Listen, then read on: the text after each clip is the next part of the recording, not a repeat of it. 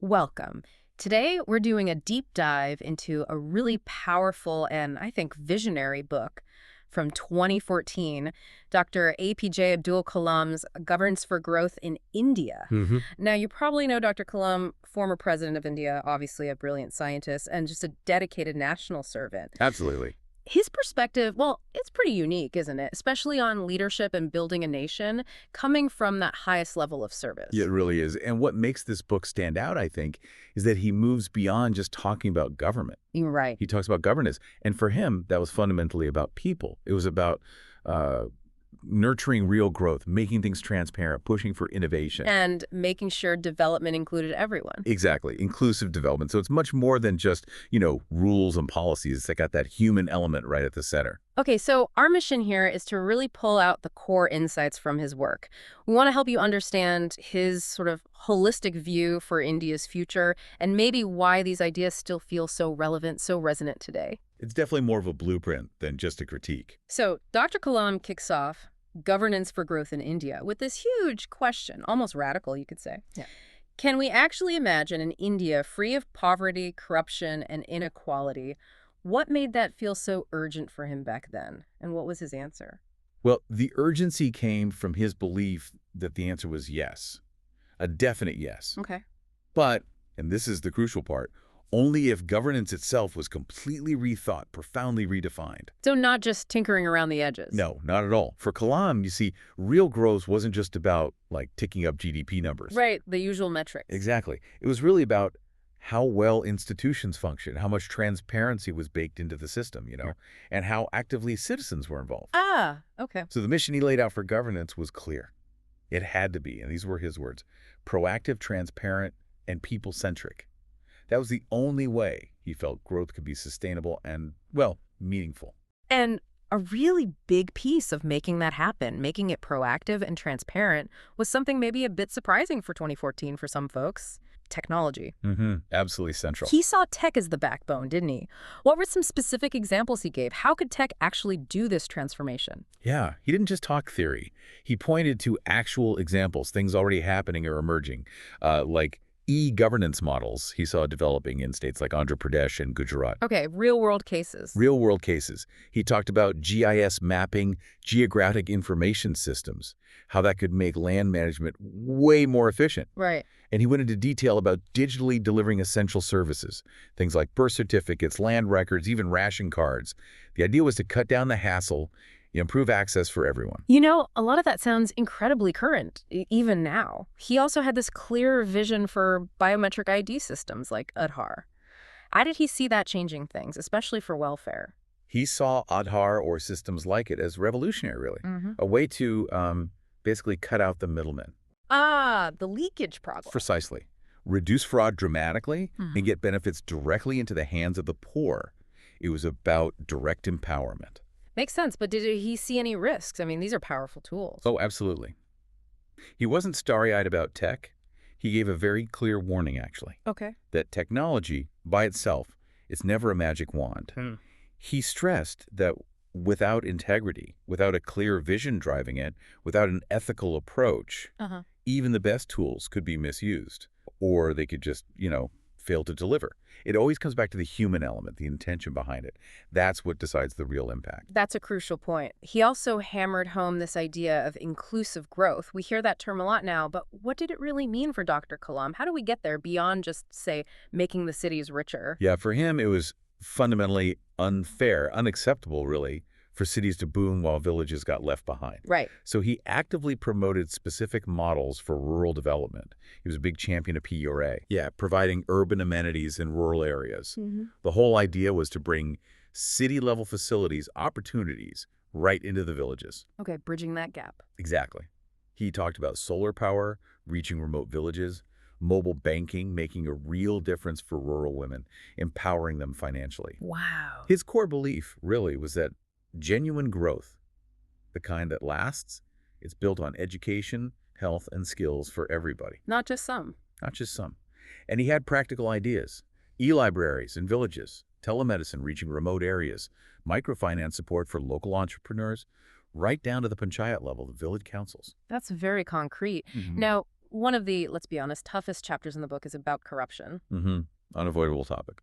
And Kalam didn't just point fingers. He really broke down how corruption jams up the works, how it blocks development everywhere from, the local ration shop right up to massive national projects worth crores and crores. Yeah, he was very direct about it. So what were his solutions? How do you tackle something that pervasive? Well, he was quite pragmatic. His solutions were often systemic, technology-driven in part. Okay. Like using tech for total transparency in how public money is spent. Real-time auditing of government expenses. Imagine that. Real time. Yeah. And systems where you, as a citizen, could actually track where your tax money is going. That would be something. Wouldn't it? But it wasn't just about tech fixes. He also really stressed the need for moral education, starting in schools, building a society based on values, where honesty isn't just like a nice idea, but it's seen as a genuine national asset. So a cultural shift, too. Exactly. Yeah. He believed that shift in thinking was just as vital as changing the systems. That connects to another really powerful idea he had encapsulated in that quote. Youth are not useless. They are used less. Such a great line. It really hits you, doesn't it? It makes you think about all that potential we might be missing. What were some of his ideas for actually using that potential, for engaging young people? He had very specific, actionable things in mind. He thought colleges should really push students towards social projects, making things like the NSS, the National Service Scheme, maybe even compulsory. Getting them involved, practically. Yes, and using technology, again, like digital apps, to create feedback loops so young people's opinions on policy could go directly to the government. Interesting. And maybe the most ambitious idea was his proposal for a youth parliament system in every single state. A youth parliament? Yeah, a dedicated platform to make sure young Indians' ideas weren't just, listened to politely, but actually recorded, debated, and potentially acted on at a legislative level. Giving them real influence. A direct voice in shaping their own future. That was the core idea. Okay, it's clear that for any of this to work, you need good leadership. Great leadership, really. Kalam had a very clear picture of that. Vision, passion, and that word again, integrity. Why did he emphasize this need across all fields, not just politics, but education, business, science, the civil service? Well, think about his experience as president. He had this unique perspective, right? True. He shared anecdotes, stories where he saw firsthand how seemingly small choices by officials, people maybe not even in the public eye, could have massive consequences for thousands of lives. Right, the ripple effect. Exactly. So he understood leadership wasn't just about the people at the very top. It was everywhere. And this led him to make that really strong call, especially to bureaucrats, be facilitators, not controllers. Facilitators, not controllers. That's a big shift. Huge shift in mindset. He truly believed government's role should be to enable progress, to clear the path, not to put up roadblocks. That facilitator mindset was key to his whole vision of effective leadership wherever it was needed. So towards the end of the book, he brings these threads together with this concept of smart governance. What did that actually entail for him? This vision of India fully embracing tech, transparency, accountability. Yes, smart governance was kind of the culmination. It meant really integrating things, linking up government portals across different departments so they actually talk to each other. Breaking down silos. Breaking down silos, setting up systems for real-time grievance redressal so problems get addressed quickly, using big data smartly for better policy planning. Using data effectively. Right, and always empowering citizens through things like the right to information, the RTI Act. He even talked about what he called dynamic democracy. Dynamic democracy? What's that? It's the idea that citizens shouldn't just show up to vote every 5 years and then, disappear. Right. It's about continuous engagement. Citizens constantly involved, giving feedback, holding the system accountable, keeping democracy alive and responsive day in, day out. It's a very active vision of citizenship. Dr. Kalam wraps up the book, though, on a note of real hope, doesn't he? A powerful sense of what India is capable of.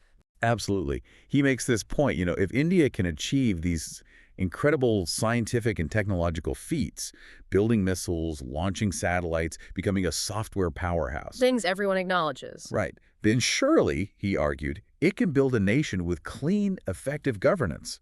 It's within reach. And that kind of leaves us, and you, the listener, with a pretty important question today, doesn't it? What does all this mean now? It does. He issues this call, really, for every single Indian to be a righteous citizen in thought, in word, in deed. Righteous citizen. Yeah. And he makes it clear, this book, this vision, it isn't just for the politicians or the policymakers. It's for everybody. Teachers, students, engineers, doctors, just everyday people. So it's not just history, it's a challenge. It's a living challenge, exactly. Because the real governance, as Dr. Kalam saw it, is ultimately governance by the people. So thinking about everything we've discussed, what stands out most to you? And maybe more importantly, what contribution can you make starting today to help turn some of those challenges into opportunities?